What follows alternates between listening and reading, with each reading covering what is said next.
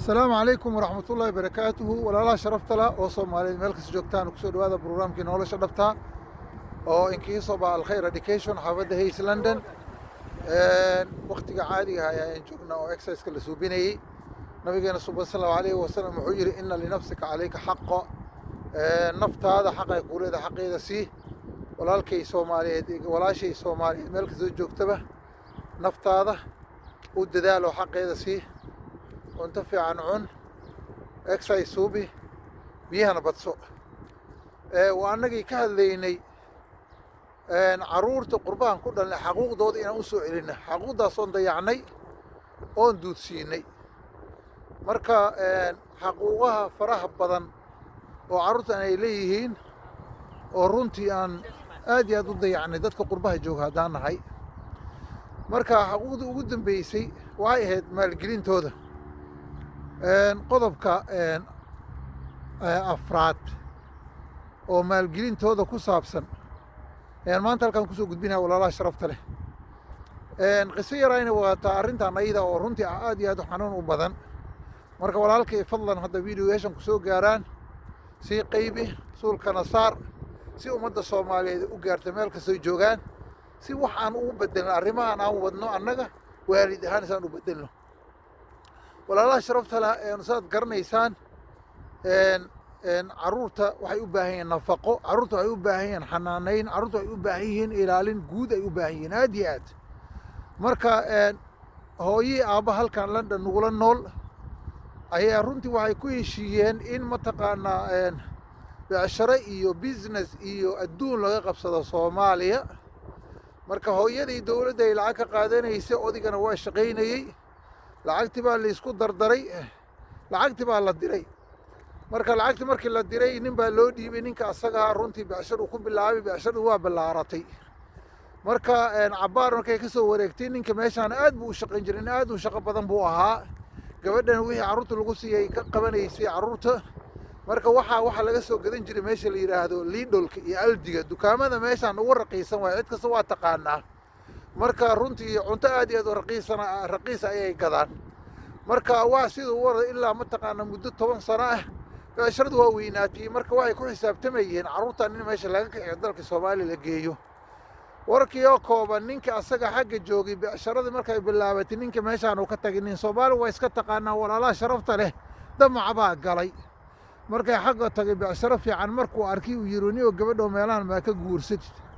xaaskii labaad buu guursaday waa ka soo tagay halkuu yimid shaqadii buu bilaabay haddana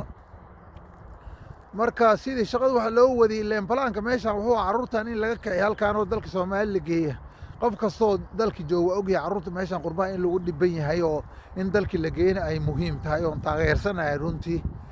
marka markii cabaar la joogay ninka wuxuu yiri bal walaalo waa imaanaya insha Allah ta'ala beesharadii balansi baan u xisaabtano ninka wuxuu yiri wani xoogaygo ma taqaana beesharadii lacagti meel baan ku daray qaarkeed xawaalad baan geliyay lacag fiican oo faa'iido liigu sheegay wax yar iga warsug cabaar uu ka sugay ilaa 2 sano markii dambe ninkii haduusan lacagti keenaynin buu yuu yiri niyo maxaa kugu dhacay wuxuu yiri insha Allah ta'ala walaalkay haddana bal dhowr balood isug lacagta waa helaysaa markii dambe ninkii intuu halka joogo yay gabadhiisa xaggeeda oo xagga ka soo guursaday isku hanaaqeen oo waa nin waa taqaana dibadda jooga ee gabadhiisa soo guursaday gabadhi waxay tiwaniyo anigu nin baan u baahanahay caruur baan u baahanahay meesha iska joogtaa see rabtaa waa la iskhilaafay warkii oo kooban markii dambe ninkii wuxuu yiri nin waxaad yeelaysaa lacagtaydiisii ninka markii wuxuu soo istaagay walaalkay lacagtii waxba kama hayay lacagtii waa baabaaday lacagtii dadkii baa iga dhacay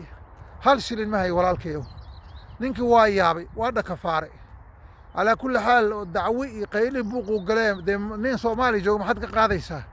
walaalaha sharafta la markii dambe meeshaan ninka asaga ahaa gabadhi xagga joogtay waxaad ku qasbanaaday inaad iska furo markaad furay halkaan markuu joogo gabadhi meeshaan ee labada mar way heshiiyeen caruurtii markaan meel loo wada mala caruurtina maxaa ku dhacay maalnaarish ilaan waxaan ka hadlaynaa xaquuqda caruurta dibadda aan ka duudsiinay inaan u soo celinaan ka hadlaynay oo maalgelintooda aan ka hadlaynay qodobka afraad على كل حال أودي نينك مش وايز جفين مش بوركي كوبن ayaa mataqaanaa ninkaan naagti ay tiri iska kee fasaxnay orday iga tag iska kee fasax baan meeshaan bacda madow bannaanka u dhigtay or iska tagayta waa ciiris gabadhii xaggee ninka xagga joogay gabadhii uu ninkaan furay buu guursaday walaalaha sharafta leh ninkii asaga meeshaan joogay maxaa ku dhacay gabadhii xaggeed waa furay meeshaan xaaskiisa waa kala tageen mataqaanaa gabadhii xagga joogtay ninkii baa ka guursaday marka bal arrintan idinkaan ii dhiibaya maxaa idinkaan idiin dhiibaya walaalaha sharaf maxaad ka leedihiin ani kolley waxaan ka leeyahay waa ku san tahay waana ku fiican tahay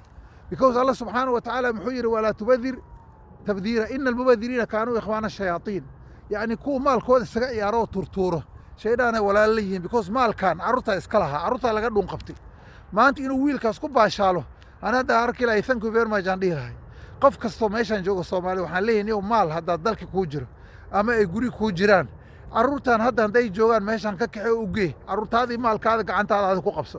haddaadan ku qabsanaynin soo maaha walaalkay maalka asaga ayna soo qaado gurigiina soo gad halka carruurtaada ku haysa carruurtaadana meeshaan kama tegayaan every year holiday gee haddaadba carruurta xagga geynayn marka ninkaasay qisadana ku dhacday maxaa yeelay maalkan carruurtaa laga dhun qabtay habartaan iyo habarkan waa ku heshiiyeen aakhirka dambana khasaaradana ku dhacday marka waa arrin la yaab leh keligoodna ma ahayna dad daroo Soomaaliyeed oo qurbaha jooga ay haysataa waxaana carruurtaana laga dhun qabtay masaakiintan ilaahay oo ku rafaatan meeshaan fadlan carruurteena aan u soo celin xaquuqdooda Allah subxaanahu wa tacaala waxaan ka baryaa tawfiiqda inuu Allahna waafajiyo carruurtan masaakiinta ku ciyaarnin ilaahay subxaanahu wa tacaala hana tuso maalkaanan afrika gelinaynana ilaahay subxaanahu wa tacaala يعني قلوبتنا الله سوعلي عروتنا أباهن عروتنا كوي investment كوسو بين الله نجديك ولا الله شرفت أنت صايم كوسو كوبيا سيقود بيه إن شاء الله وانذان بارك الله فيكم وجزاكم الله خير الجزاء السلام عليكم ورحمة الله وبركاته.